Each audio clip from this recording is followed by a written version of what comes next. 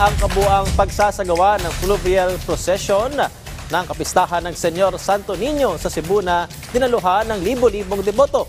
Dinagsari ng mga bisita ang pista ng 3 barangay sa Cebu City kung saan patron din ang Santo Niño. Yan ang ulat ni Jessie Atienza ng PTV Cebu. Mula sa Himpapawid, kita ang dami ng sea vessels na sumama sa fluvial procession. Lula ng barkong MV Santo Niño ang imahe ng milagrosong bata at inikot nito ang Cebu Mactan Channel. Sa pagdaan ng galyon sa unahang bahagi ng Pasil Fish Port, laking tuwa ng mga deboto, sabay ang pagkaway sa imahen.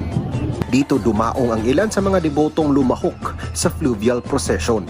Kasabay nila ang pagdaong ng imahe ng Santo Niño ng Barangay Suba na nagdaraos ng kanilang kapistahan.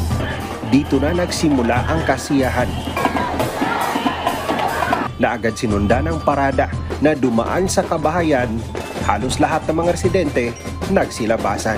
Minabuti munang magpahinga sa gilid ng debotong si Aling Betty matapos makaramdam ng pagkahilo.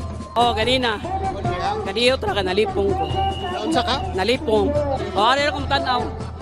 Ayon sa parish priest, matagal na nilang tradisyon ng lumahok sa fluvial procession na sinusundan ng parada at cultural activities sa kanilang parokya. We are celebrating and here for how many years already that we always start our fiesta celebrations, novena celebrations together with the big basilica of Senyor Santo Niño. It has been for so many years already. Actually, mostly, ang sumasabay talaga dito yung Barangay Pasil, Barangay Suba, Barangay Sawang Calero, and yung kalapit na barangay natin, sumasabay talaga dito.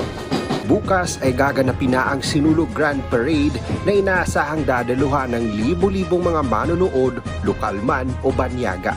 Naka-heightened alert na rin ang LGU ng Cebu City at maging ang lahat ng security personnel na nakadeploy para sa pagpapaigting ng seguridad. Mula sa PTV Cebu, Jessie Atienza para sa Pambansang TV sa Bagong Pilipinas.